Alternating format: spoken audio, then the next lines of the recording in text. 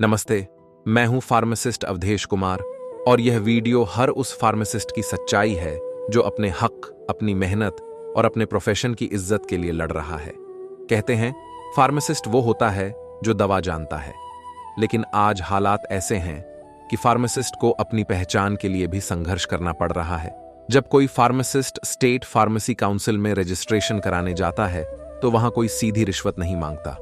कहा जाता है आपका कॉलेज से अप्रूवल नहीं आया है या फाइल प्रोसेस में है, थोड़ा इंतजार कीजिए। लेकिन असलियत यह है कि कॉलेज अप्रूवल रोकता नहीं, बल्कि स्टेट फार्मेसी काउंसिल खुद यह बहाना बनाती है और फिर किसी दलाल या थर्ड पर्सन के जरिए संदेश पहुंचाया जाता है फार्मासिस्ट को खुद किसी दलाल को पकड़ कि अगर काम जल्दी करवाना है तो 20 से 50,000 रुपए देने होंगे। जो ईमानदार फार्मासिस्ट कुछ नहीं देता, उसकी फाइल महीनों नहीं सालों तक पेंडिंग पड़ी रहती है। फाइलें ऐसे गायब कर दी जाती हैं जैसे वो कभी थीं ही नहीं, और अगर कोई शिकायत करे तो वहीं फिर से वही जवाब, थोड़ा खर्चा देना पड़ेगा।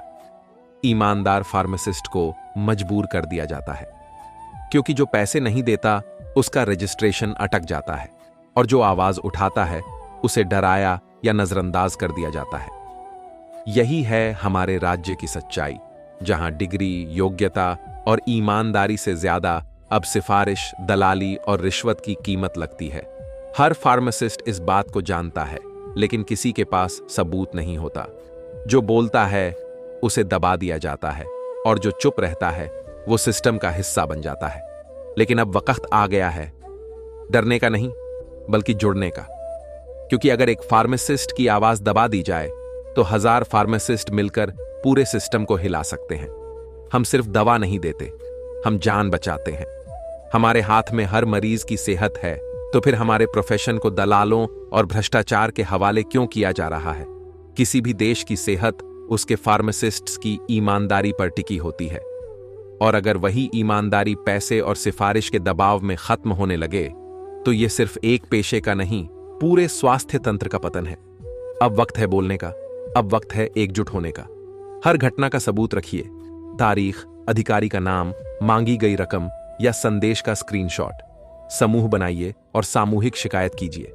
आरटीआई लगाइए, पीसीआई और विजिलेंस विभाग को मेल कीजिए। हर स्तर पर आवाज उठाइए। अगर हम सब एक साथ खड़े होंगे तो किसी सिस्टम की हिम्मत नहीं होगी कि हमारे प्रोफेशन को दबा सके।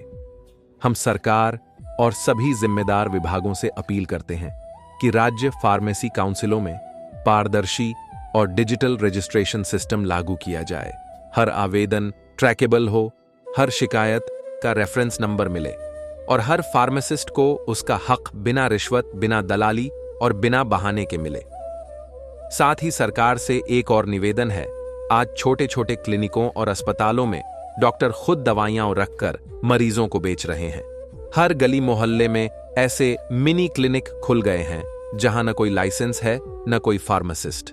कई जगहों पर तो 10वीं 12वीं पास लड़कों को रखकर उनसे दवाइयां और डिस्पेंस करवाई जा रही हैं।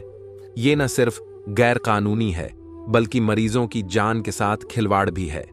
सरकार से हमारी साफ मांग है कि इस पर सख्त रोक लगाई जाए। जहां दवा वहां फार्मासिस्ट, जो भारत सरकार का स्पष्ट नियम है, उसे हर जगह सख्ती से लागू करवाया जाए। हर क्लिनिक, हर हॉस्पिटल और हर मेडिकल स्टोर पर रजिस्टर्ड फार्मासिस्ट की उपस्थिति अनिवार्य की जाए, क्योंकि बिना फार्मासिस्ट के दवा देना सीधा मरीज की सुरक्षा से खिलवाड़ है। हम सिर्फ दवा नहीं देते, हम जिंदगी बचाते हैं। अब वक्त है सिस्टम को भी ठीक करने का। मैं हूं फार्मासिस्ट अवधेश और यह मेरी नहीं, हम सब फार्मासिस्ट्स की आवाज है। सभी से निवेदन है, इस वीडियो को इतना शेयर कीजिए, इतना फैलाइए कि हर फार्मासिस्ट की आवाज, दर्द और पीड़ा हमारी सरकार तक पहुंच जाए, ताकि जो वर्षों से अनसुनी शिकायतें हैं वो अब आदेश बने और जो फाइलें सालों से पड़ी हैं वो एक्शन बन जाए। हम सिर्फ दवा नहीं देते, हम जिंदगी बचाते हैं। अब सिस्टम को भी ठीक करना है।